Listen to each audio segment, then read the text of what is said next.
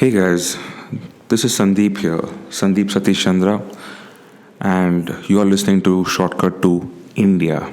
That's INDIEA. I'm one half of the collective that is India, the other half being my bro Aakash Chaturvedi. You would have seen him on a couple of other videos on martial arts, on Kalari, that's an ongoing series of ours. Together, we run two YouTube channels, one of which is obviously this one, which you're currently listening to. There's another one that is called indieA, and we post a video essay there every week about many alternate topics which we like to trip on, which we hope to get you interested in. So, if you'd like to check it out, you can. It's an allied sister channel of ours, so to speak. So, Shortcut to India was all about posting short snippets of short snippets of videos about some interesting facts and some trivia about India and the Indian subcontinent at large. But of late, I have been resisting the urge to come in front of the mic and record snippets of a monologue, so to speak. It's not exactly a podcast. And this monologue will, in many ways, be pertaining to current topics. So there'll be two parallel streams running on this channel. One will be about the trivia bit, what we actually call Shortcut to India, and the other one will be on current topics. And what possessed me to come in front of the mic today? Something that really pissed me off. You know, it's election season right now. Today is, I think, the 3rd of April, and it's currently 10 o'clock at night. A week ago, I saw this one particular article in the Hindu. It was actually a piece, it was an op-ed about, I think it was chronicling 100 filmmakers who had come out in protest against the BJP government, who they insinuated were spreading politics of hate and basically insidious politics. Yeah, they thought it was best to probably sign a petition, and I think it's up on artistunite.com or something like that, indianartistunite.com. Apparently, they are very well-known filmmakers. There are 100 of them, so I'm sure collectively that does hold some kind of a clout, which is fine. I mean, I was like, okay, fine, this is one of those things, election season, let's just bash the ruling party, or let's just bash the formidable one. And I think the tagline, that the banner under which they are actually promoting this, is called Save Democracy, which I thought at the time, even though I would be inclined to agree with them on a lot of things, I thought that one particular banner of Save Democracy, I think it was really uncalled for. I think it was quite irresponsible also, being citizens of India. Now, I'm a writer, and my friend Aakash, who's the other half of India, I call him a cultural savant of sorts, and he's an artist in his own right as well. I mean, he has released a couple of EPs. He's a genius behind at the mic with his vocals and his very underrated sound arrangement skills. So together we are a collective of artists, and to a large extent we would hold some kind of solidarity towards the artistic community, for sure, especially the filmmakers, right? I mean, of late, if you see with this under this current government, at least since 2014, there has been, I would say, a censorship drive, so to speak, and the government is vilified in the eyes of many artists today. I mean, it doesn't matter what art form, but particularly films, and that is where, I mean, that's the first place censorship would probably stick its scissors, right? So I did sympathize a bit with them, though I thought that it was a little irresponsible. But I mean, these kind of petitions and these kind of appeals come and go in election time. You can't give them much weightage. I mean, it could be just a PR exercise, right? It generally is. I mean, how many among the masses in India?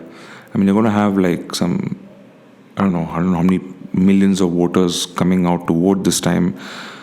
How many of them really even pay attention to these kind of things, especially when it's printed on English newspapers like the Hindu? So I was like, okay, fine. These issues are pertinent, no doubt they're pertinent.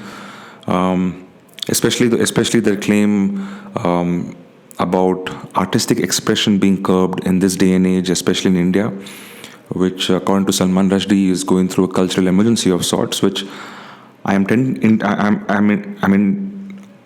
I'm intended to believe that, but I ignored it. It's a flash in the it's a flash in the pan. It's a fly by night kind of an article. They come and go, so I let it be, right? Until 2 days ago, there was another article, this time about writers who had come out in a protest under a similar banner. I think they also called it Save Democracy or some shit.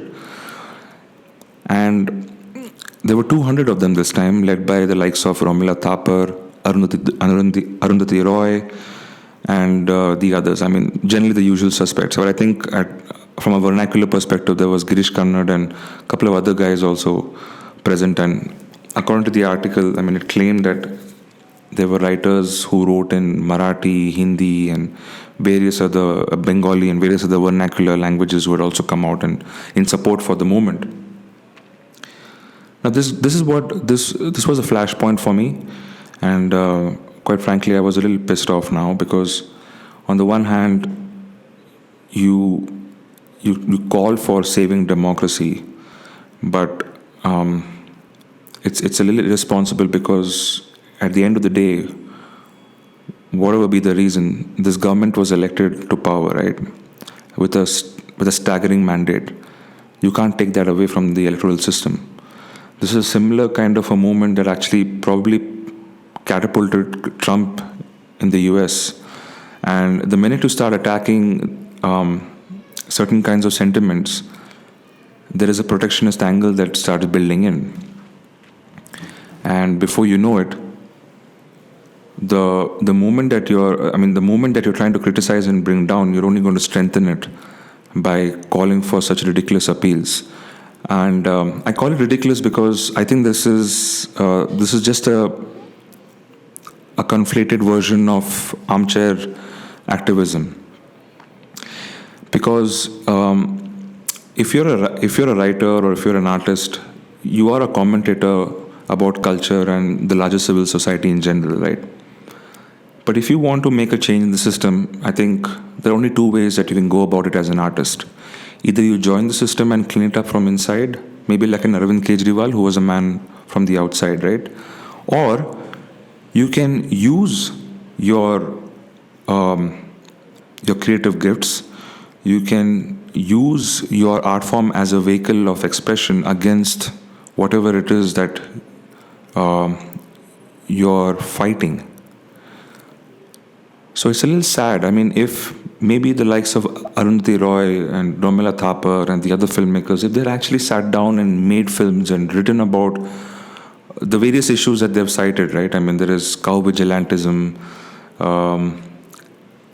cultural ethnocentrism, anti-minority sentiments against the Muslims and the Christians and the Dalits as well.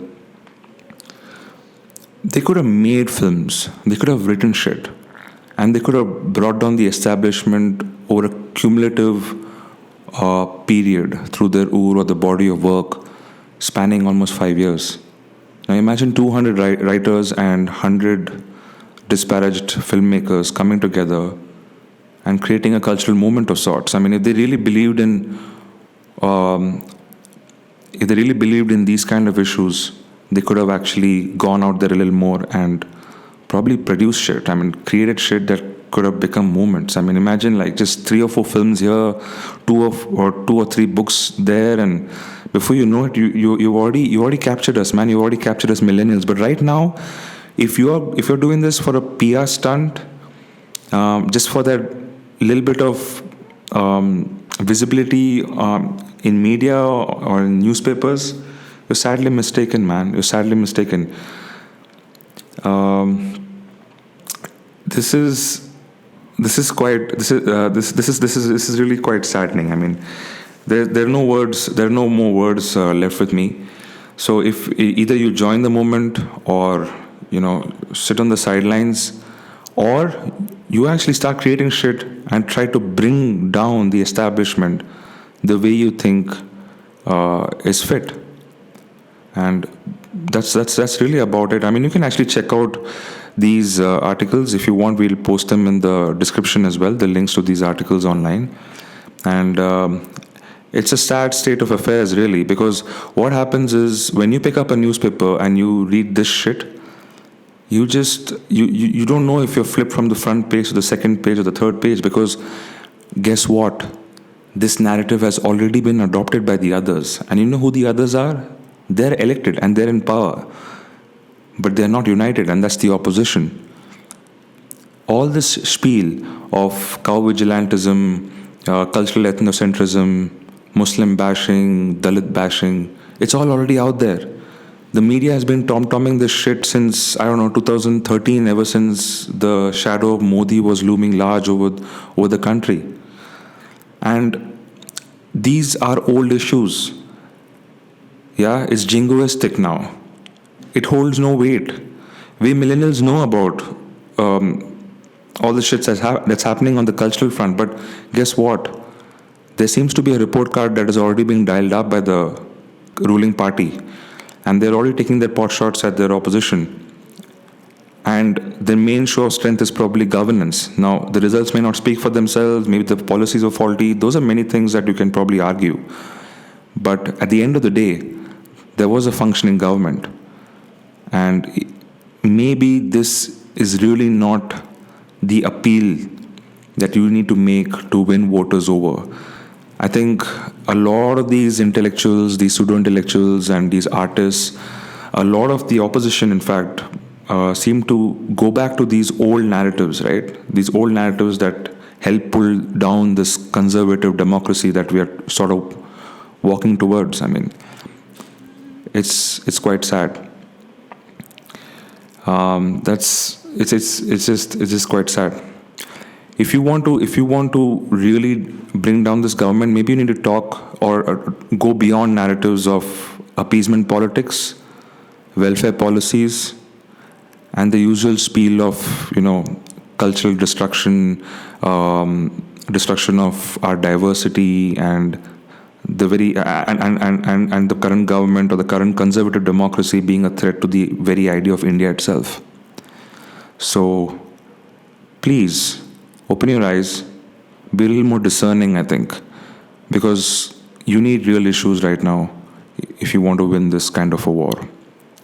Alright guys, that's pretty much it. That's all I had to say. I think I'll be back. I kind of like sitting at night and just ranting after a days of work.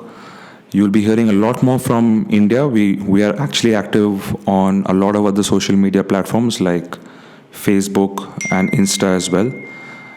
So do engage with us on all these platforms. We are also available. I mean, you'll also find our essays on platforms like open platforms like Youth Ki Awaaz and even Medium. So we're getting our shit together right now. And soon you'll also be catching some podcasts from us on platforms like Hubhopper and YouTube itself. So thanks for checking into our channel. Do stay tuned, because I'll be back again another night with another rant. Till then, take care. Thanks so much.